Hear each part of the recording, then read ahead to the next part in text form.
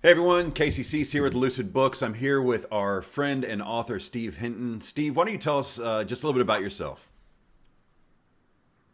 Yeah, Casey, I'm thrilled to be here with you. I've been looking forward to this. I'm excited about what you're doing. And man, I just love Jesus. I've been a follower of Jesus since I've been about 12. And I sensed a call to ministry early on. It took me a while to, kind of get around to doing that.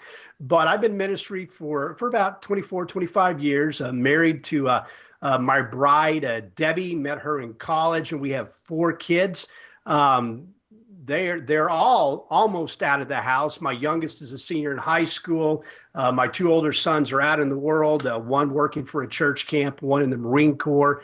And then my oldest daughter is going to Lone Star here in the Houston area, junior college. But my wife and I have a passion for lost people and for the church. We've served overseas. We lived in Moscow, Russia for 2 years. Did a church plant from scratch in California, which kind of means that, Debbie and the 4 kids and I moved to the Sacramento area without a launch team to start that all off. And, I have a heart for people wanting them to know Jesus, and kind of an adventurous kind of guy. Little bit of ADHD. That's why I've got to put, really organized people around me. And I just like to see things happen for the kingdom. And, I can probably go on, but that's it in a nutshell. I'm thrilled to be here and see what's going to come out of this project. Yeah, we're really excited to have you as well. And I love the title of your book. Why don't you share your title of your book and maybe the story behind what compelled you to write it? Yeah, it's kind of funny because the original title was Confessions of a Preacher, and that's what I was working with. And then I got online and I realized that this guy up in Oklahoma City, Greg Rochelle, wrote a book himself called Confessions of a Pastor. And I thought, man, I can't do that now.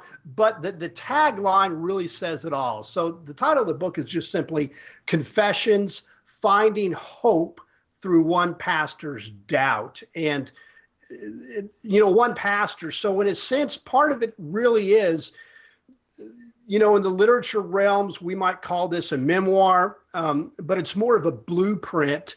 Yeah, it's my story. And I had a couple of people challenge me to do this. Great lady by the name of Dr. Vach. We were talking one day and she said, Steve, you need to start writing about this. And, I've always written and blogged for a long time. But I think the deal came when she said I ought to do this. And then I had a couple of other people kind of confirm that. And it really is walking through my doubts about God. I don't know if I want to use the word parable, but in such of a platform that I can use this, my story. So it's not just about me, but it's this story of doubt, so that other people might be able to walk along with it as well and see that indeed God is good. So that's a quick synopsis on that. Well, why is that so important for you to do that? I mean, there's a lot of people who struggle with doubt and everything else. What compelled you to the point where you're saying, you know what, I'm a pastor, I'm a man, I'm a Christian, I love the Lord, but I've got some significant doubts. Why was it so important for you to spend the time, energy, money, resources to do that? Casey, part of it's hard to describe and also hard to fit into a small, conversations like this. But part of it was an urgency, sensing that there are so many people out there who do struggle. I mean, a lot of people realize there is a God. Maybe he's a big God, but is God good? And in realizing that God loves these people, and what can I do to share this reality with those people? And you mentioned men. Through my story, I went through different fathers coming in and out of my life, and realizing that in the early part of the 21st century, especially in America, we have so many young men who are kind of walking this journey as well. So it's one of, Casey, hey, can I take a step and turn around and show these guys, hey, this is the way, walk in it. there is hope at the end of the, tunnel. So just a hope that I can bring hope to more people. Yeah.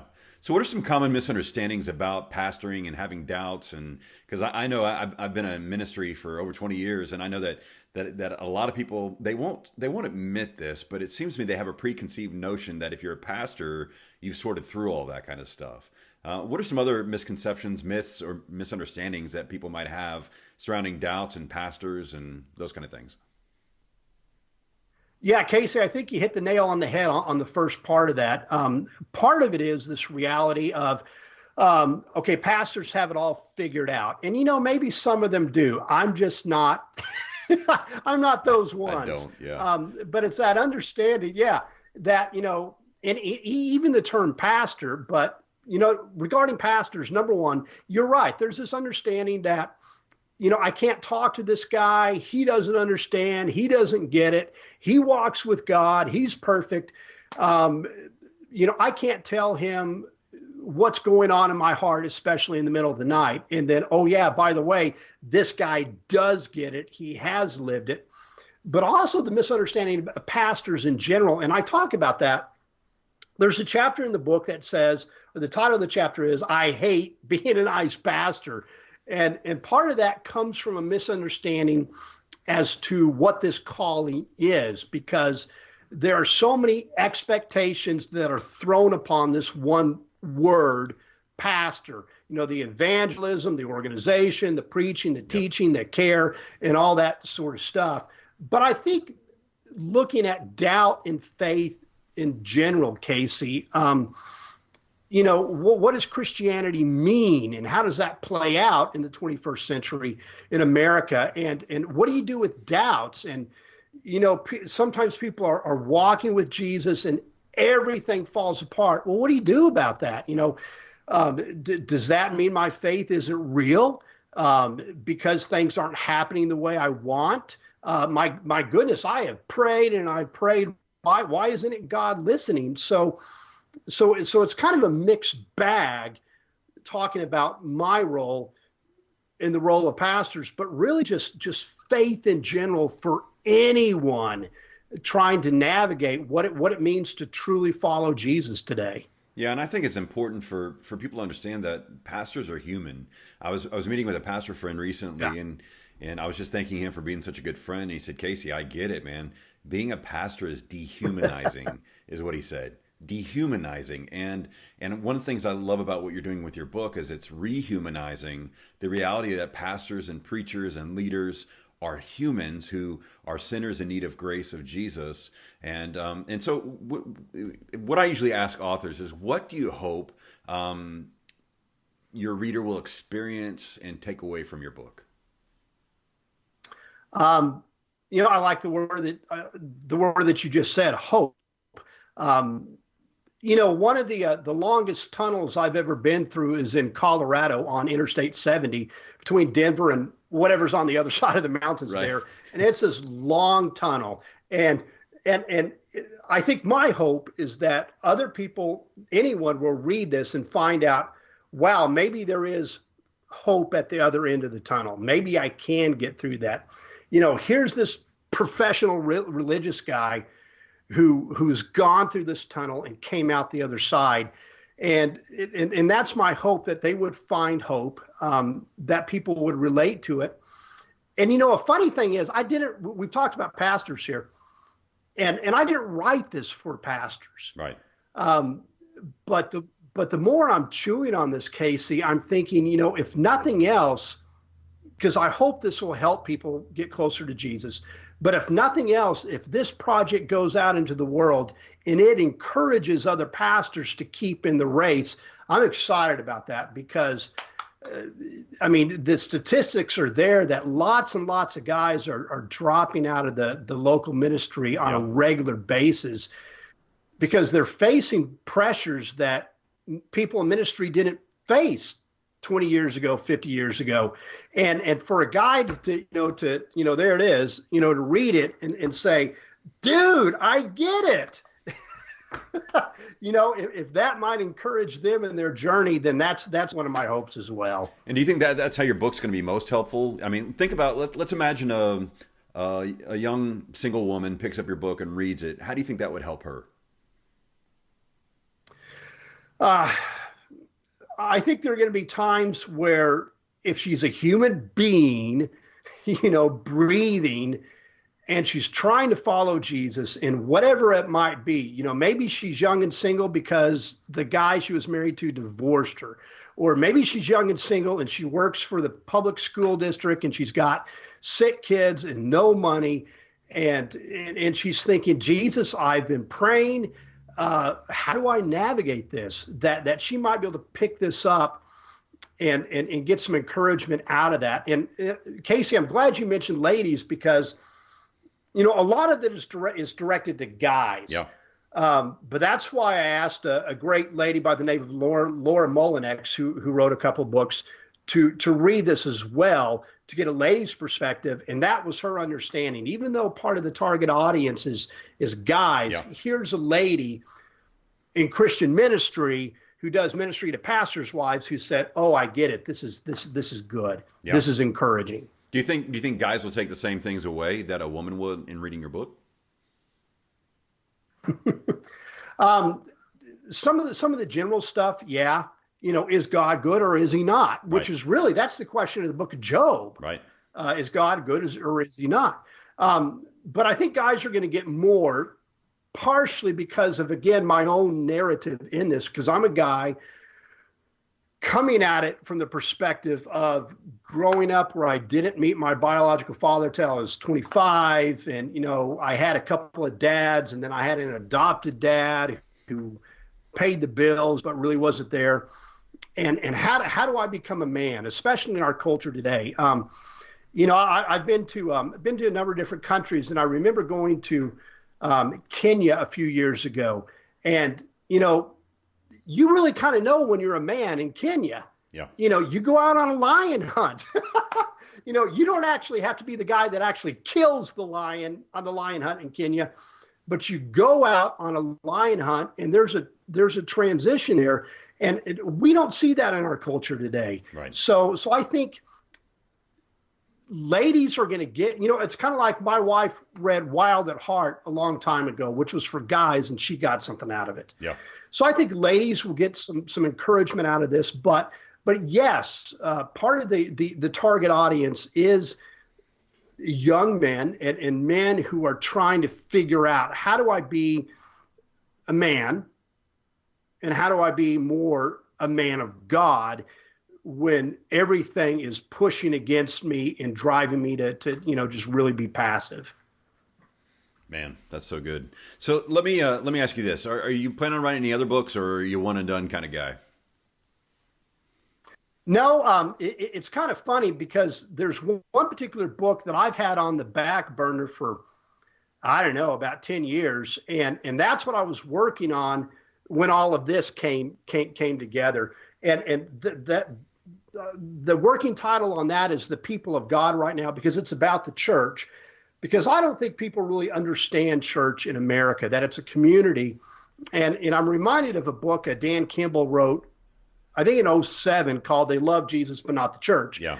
And there's this understanding that I don't need the church. Well, the church is the bride of Christ, and you do need the church. And there's a couple of other things that are, I've got the, ethereal whiteboard up there in my mind that I've got things on. So yeah, there are other projects that are churning that I'm working on to come out in the future sometime. That's awesome, man. So you're a pastor. So you obviously are a good presenter and public speaker. So if an organization or a church wanted to invite you to come speak, what would you want to come talk about? I'd love to talk about, the stuff in this book, material in this book. I'd love to talk about the church, the bride of Christ. I'd love to talk about family issues, marriage. And part of that comes from my own brokenness of the way I grew up, but marriage and parenting.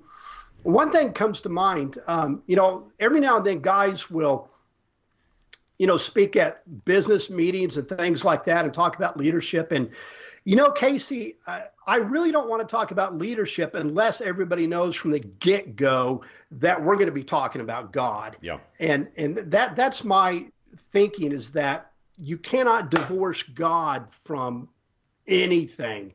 So whatever I do, Jesus has got to be the focal point, the keystone to anything that we're doing. That's awesome, man. So last thing I want to talk about for this video is, how did you end up with Lucid Books?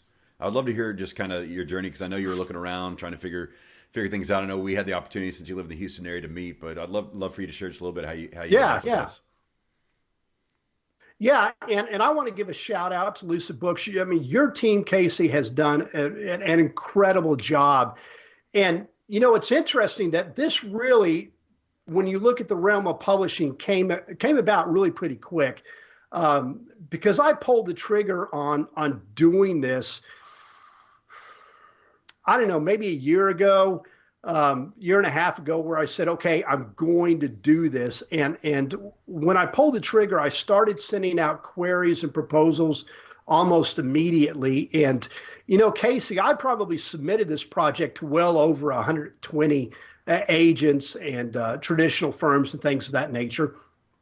And I had a few key conversations, 3 actual phone conversations with agents who said, Steve, the material's good, but we don't believe your platform is big enough to guarantee sales. And, I get that.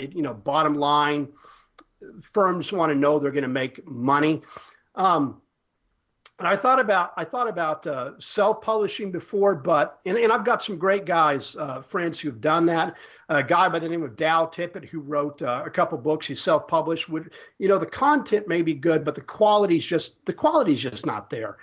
And for me, I was really looking at the total thing, that I believed God was in it, so I wanted to give my best to it.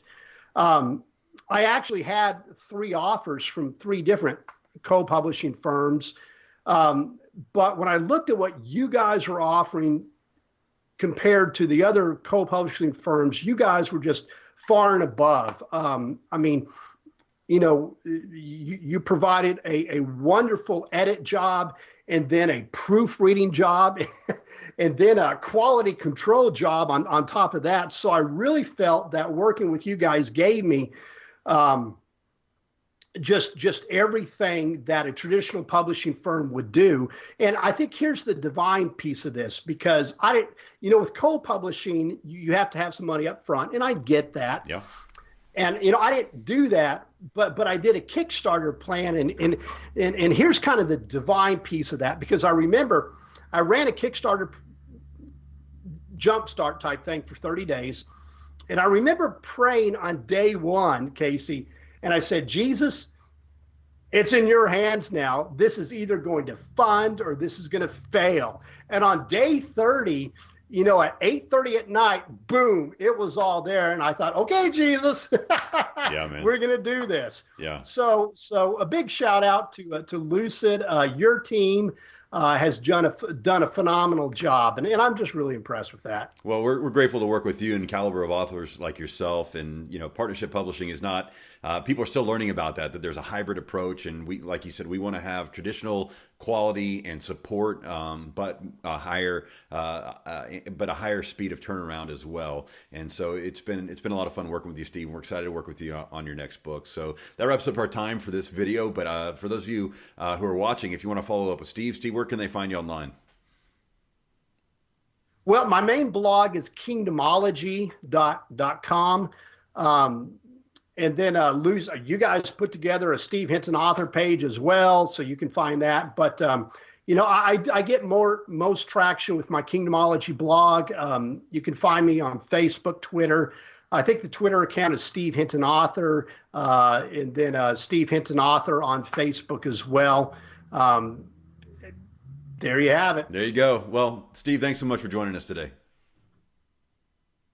Well, I appreciate it. It's been fun, and you keep doing what you're doing on your end. All right. Thanks, buddy.